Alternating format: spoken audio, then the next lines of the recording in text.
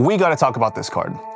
11 of the top 16 US nationals were blue-purple Amuro shells. That's not a coincidence, that's dominance. So the question remains, does this card need to be banned? My opinion is, I don't think so, and I'm gonna explain why. Hear me out, guys, hear me out. I don't believe that Amuro is the problem. I really do not believe this card is the problem. Now, does that mean he's not a good card? No, he's a great card. And in this Gundam card game, in the state of the game now, he feels absolutely cracked. But is he actually the problem? Most of you guys, if you're watching this channel, have probably played a TCG before, so you know what a broken card is. If you played Yu-Gi-Oh, you really know what a broken card is. So when you look at Amuro in a vacuum, he's not broken. If you look at him in a vacuum, he's just a solid card. If something is genuinely broken in a TCG, it has to hit a good number of points. Is it self-sustaining? Is it generally unanswerable? Does it invalidate entire strategies? And does it remove interaction from the game? The only thing on that list I would genuinely think that Amuro falls into is currently being unanswerable. And is that Amuro's problem? No, it's not. That is not Amuro's problem. The fact that this card has not been given outs in the Gundam TCG is not the issue with the card. It's the issue with the state of the game that we're currently in right now. And again, I really want to drive home this point. I'm not saying that this card stinks. I'm not saying that there isn't a problem in the game that Amuro is a part of. I don't think he's the source of the problem, but he's definitely in the room sitting at the table where the discussion of that problem is had. Trust me, I get it. Amuro can feel really oppressive, and there's not really any counterplay tools. And to me, that's the biggest issue, is that there is no counterplay tools. There's almost no rest immunity, boss cards are easily within his targeted range, there's no good negation windows, and best of one just completely amplifies this problem. So I'm not here to tell you that, you shouldn't think that Amuro is, a problem. I'm here to give you an understanding as to why he feels like a problem, and let's look at the deeper rooted thing and the real issue that's at hand. When the power band of a card pool is compressed and the interaction tools are far and few between, a really good mechanic or a solid engine isn't going to just feel good. It's going to feel unstoppable. Amuro feels unstoppable. He feels busted. He feels unfair. Because in a vacuum, what he does isn't crazy. So what is missing? What is the real problem that is highlighting Amuro to feel like just such a nuisance and an overpowered card? So I have made a list of what is missing to actually put Amuro in check. And these are things that I believe that we already should have seen at this point in the game. If Amuro was introduced at set 1, we should have seen these things, however, we have not. And I made a checklist. Rest immunity, we haven't seen that. Effect negation, we have not really seen that. Boss units outside of Amuro's threshold, a level 8 card, and still even then, a lot of level 8 cards are gonna be in the 5. Cost punishment, reactive tempo resets, broader consistency tools. We don't have these things yet in the card game. So when you look at Amuro, he's not crazy good. It's the fact that we don't have any outs for him. It would be so easy, and I mean, it would be so easy to just print a card that says, this unit cannot be rested by enemy card effects. And if you think that's too busted, you could balance it based on level, you could balance it based on color, you could balance it based on cost, you could balance it based on literally anything. Just, the world is your oyster. You can balance just that line of text in so many different ways. It could just be pilot effects, or other unit effects, or other command effects. And that's just for immunity. And we haven't gotten that yet. The only thing that comes close is the new throne card from Celestial Being in the new GDO4 set that got revealed, to where it says once per turn, if this card would be rested, you can set it as active. Amuro could rest that card on their turn. Obviously, it wouldn't be your turn. And, boom, you could tilt it back face up again if that thing was active to begin with. But why is that not more of a widespread effect? Why are we barely getting that in set 4 when Amuro has been here from the start of the game? That's the real problem. It's not that Amuro's crazy. This next point isn't a shot at Bandai, but one of the biggest reasons why Amuro feels so broken is because we have a lot of bad cards in this game. We'll have cards in this game that read, you must rest this unit and then pay half your life points and then get rid of a shield and then drive down the street and pet your grandma's dog and jump over the fence 5 times and then you can deal 1 damage to a rested unit. That's level 2 or lower. That's what a lot of the effects feel like in this game and what a lot of the payoffs feel like. And then you have Amuro that says, oh, when paired, rest something that hits most of your boss cards.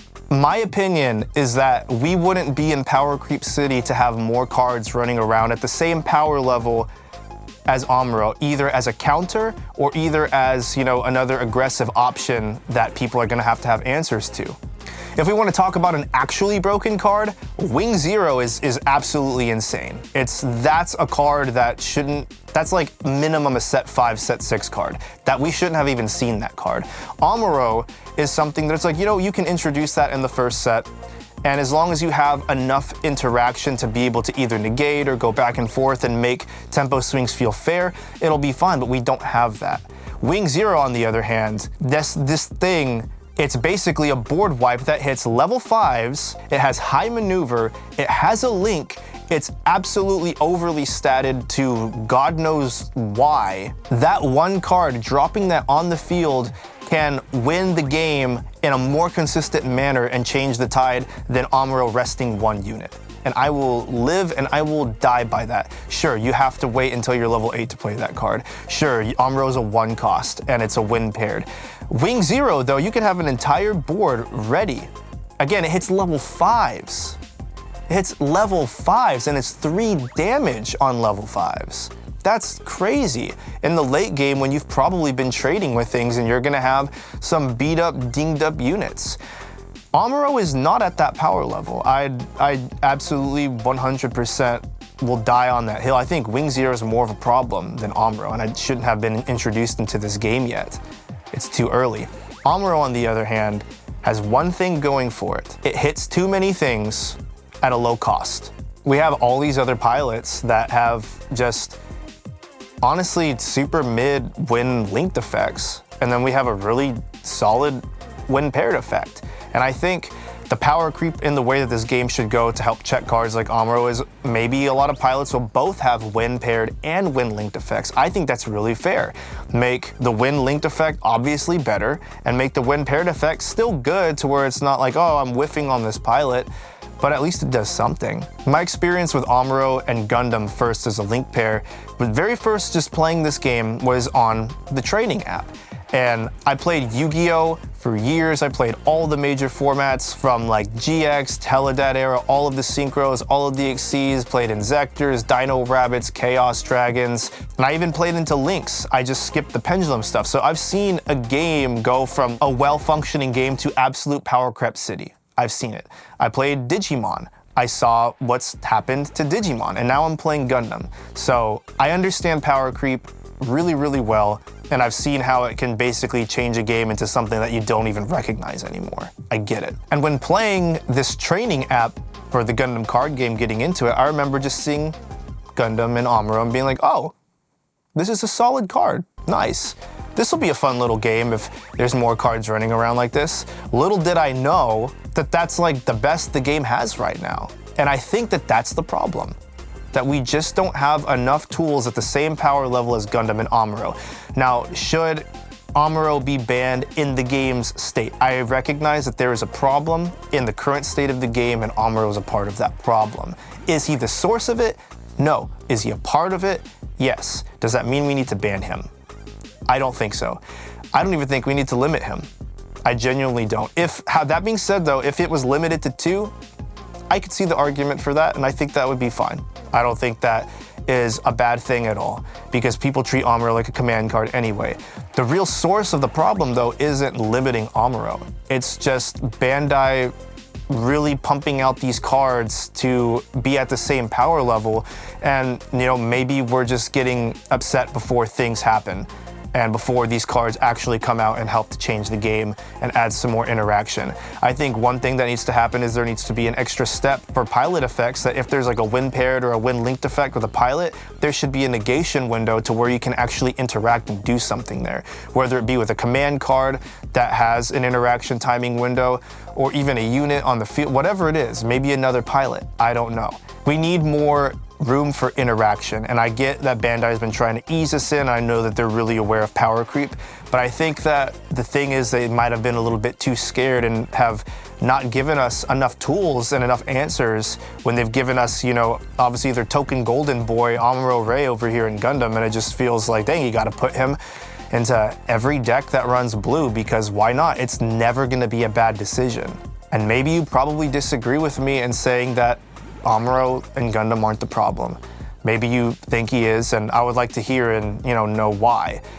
I feel like I've been able to articulate really well that viewpoint that he isn't the problem. Is he part of it? Yes. Does the game feel stinky doo-doo right now because of, you know, just the plethora of how many decks and blue, purple, and all of this stuff that have to run this card in order to be oppressive? Yes, I think that's a problem. But the crux of the issue is we need better answers, we need better support, and Amuro came out too early into the game, aka the start of the game, without any answers. Now, do I think there's hope for the game?